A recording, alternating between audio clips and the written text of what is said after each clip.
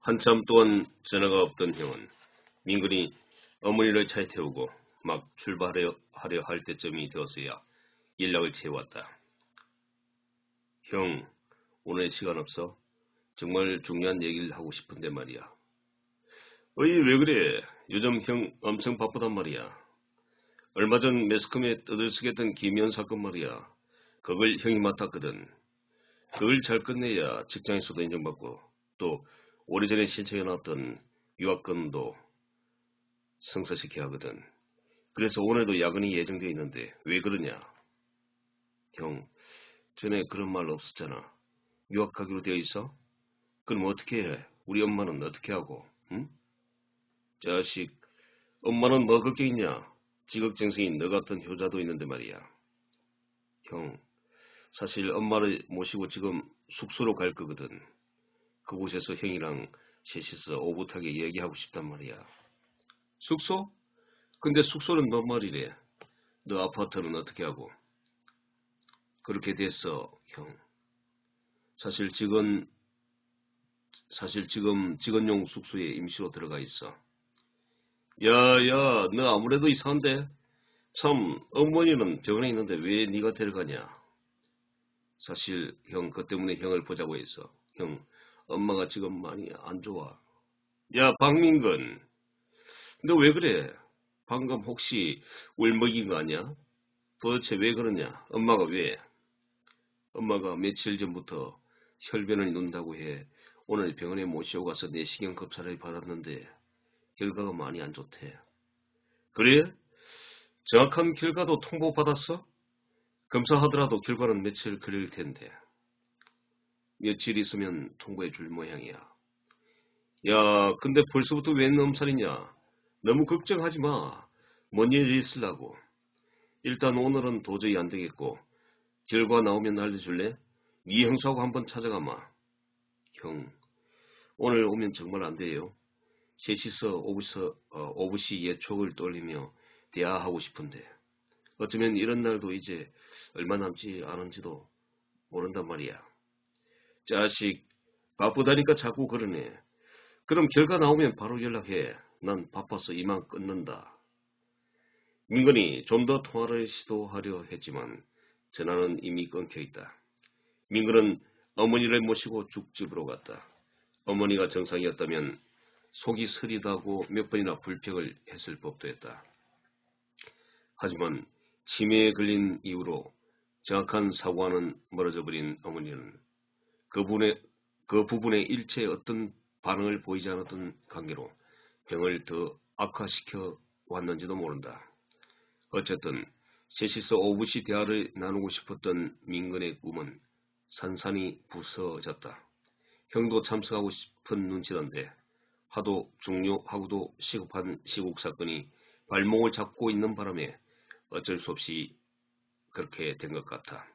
헌데 아까 유학을 가니 어쩌니 하던데 그러면 어떻게 되는 거지? 정말 상상하기도 싫은 내용이지만 만일 형이 유학을 간 사이에 엄마가 더욱 안 좋아지면 어떡하지? 민근은 죽집에서 엄마와 함께 식사를 하면서도 생각은 내내 형의 유학근에 골몰하고 있었다. 28. 병원으로부터 결과를 통보받은 민근은 충격이 컸다. 위암 사기로 암으로는 말기에 해당되었다. 그나마 다행인 것은 나이가 많은 탓에 더디게 진행된 덕분인지 다른 부위에 전이가 없어 그냥 두면 6개월, 장답은 할 수 없지만 수술하면 2년에서 3년 정도 생존을 연장할 수 있다는 판정을 내렸다. 어떻게 하시겠습니까? 환자분이 연세가 많아 수술을 견디려면 여간 힘들지 않을 텐데 어쨌든 2달 이내로 수술 여부를 결정해 주셔야겠습니다. 그 후로는 수술을 하고 싶어도 할 수 없는 지경에 이를 수도 있습니다. 병실을 빠져나오던 민근은 아찔했다. 드디어 올 것이 왔구나 하는 심정과 함께 하늘이 노래지는 기분이었다. 아직 자신은 엄마를 떠나보낼 아무런 준비도 되어 있지 않았다. 그런데 수술을 하지 않으면 고작 6개월이라니 이런 가혹한 처사가 있을까. 하늘이 정말 원망스러웠다. 사무실로 들어가기 위해 차에 올라탄 민근은 즉시 형에게 전화를 걸었다. 그래, 민근아. 엄마 때문에 전화했지? 형, 어떡하지? 왜 그래? 결과가 좋지 않대? 그래, 형. 어떻게 해? 수술을 하지 않으면 6개월밖에 살 수 없으시대. 뭐? 그 정도였어? 그럼 수술을 하면 어떻대? 2, 3년 정도 연장할 수 있나 봐. 그래? 민근아, 마침 모레가 토요일이니 그때 점심시간에 맞춰 병원으로 찾아가마. 이번에는 같이 식사를 하며 그 부분에 대해 의논해보자. 그리고 나는 바로 회의가 있어 전화 끊는다. 전화를 끊고 난 민근은 차 시트에 머리를 기대고 눈을 감았다. 생각해보면 참으로 불운하신 어머니였다. 어머니가 치매에 걸리지도 않고 발병 사실을 조금만 더 일찍 알았더라도 좋았을 텐데 하는 아쉬움이 자꾸만 내리 속에 남아 괴롭혔다.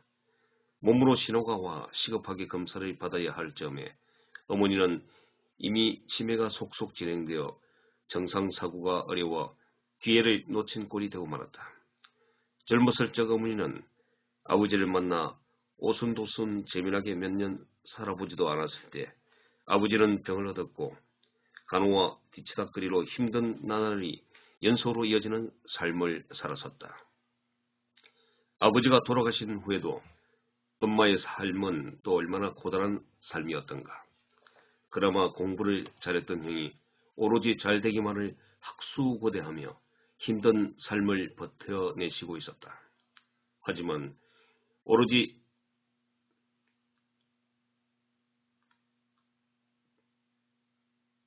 잘되기만을 기대했던 대로 형은 어려운 형편 가운데도 나름대로의 위치와 꿈을 성취했지만 행복의 순간은 그리 길지 않았다. 출세에 대한 욕망으로 불타는 형은 더 이상 가난한 시절의 유일한 희망과도 같은 든든한 기둥이 아니었다.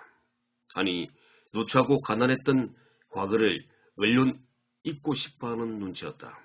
형의 눈에는 오로지 야망과 야욕이 불타올랐을 뿐이다. 민근은 숙소로 돌아와서도 한참을 고민했다. 누구한테 하소연할 데도 없는 자신의 처지가 더욱 가련하게 느껴졌다. 그러다가 문득 서랍에 챙겨둔 면 누나의 편지가 생각났다. 그녀가 소록도로 떠나고 얼마 되지 않아 자신에게 편지를 붙여왔었다. 민근은 그때 한번 답장을 썼고 더 이상 그녀로부터 답장이 없고 잠시 직장일이 엄청 바빠지자 편지를 쓰는 일은 까마득하게 잊고 지내왔다. 하지만 오늘과 같은 괴로운 일이 생기자 문득 그녀가 떠오른 것이다. 민근은 아직도 가끔 그녀가 형과는 아무 관련 없이 처음부터 알게 된 사이였다면 어떻게 되었을까 생각할 때도 있었다. 분명 자신은 그녀가 연상이라는 사실과 관계없이 특별한 사이가 돼 있을 거라는 생각을 가져보곤 했었다. 그만큼 그녀는 민근에게 이상형과도 같은 존재였다. 그랬은지 민근은 그녀를 만나면 편했고 금방 헤어지기가 싫었다. 그래서 형과의 사이가 틀어진 이후에도 계속적인 만남을 유지해 왔는지도 모른다.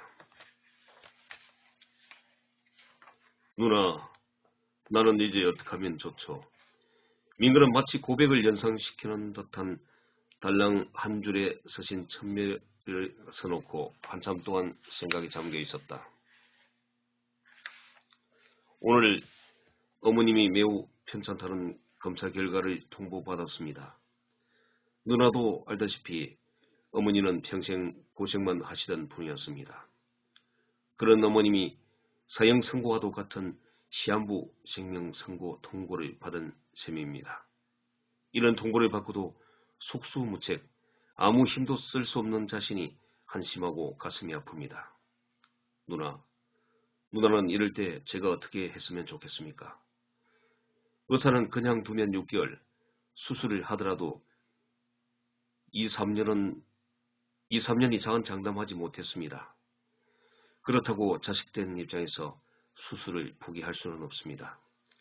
2년을 산다고 해도 1년 반을, 3년을 사신다면 2년 반을 더 볼 수 있을 어머님인데 어떻게 수술을 포기하겠습니까?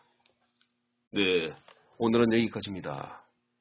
오늘도 대단히 수고하셨습니다.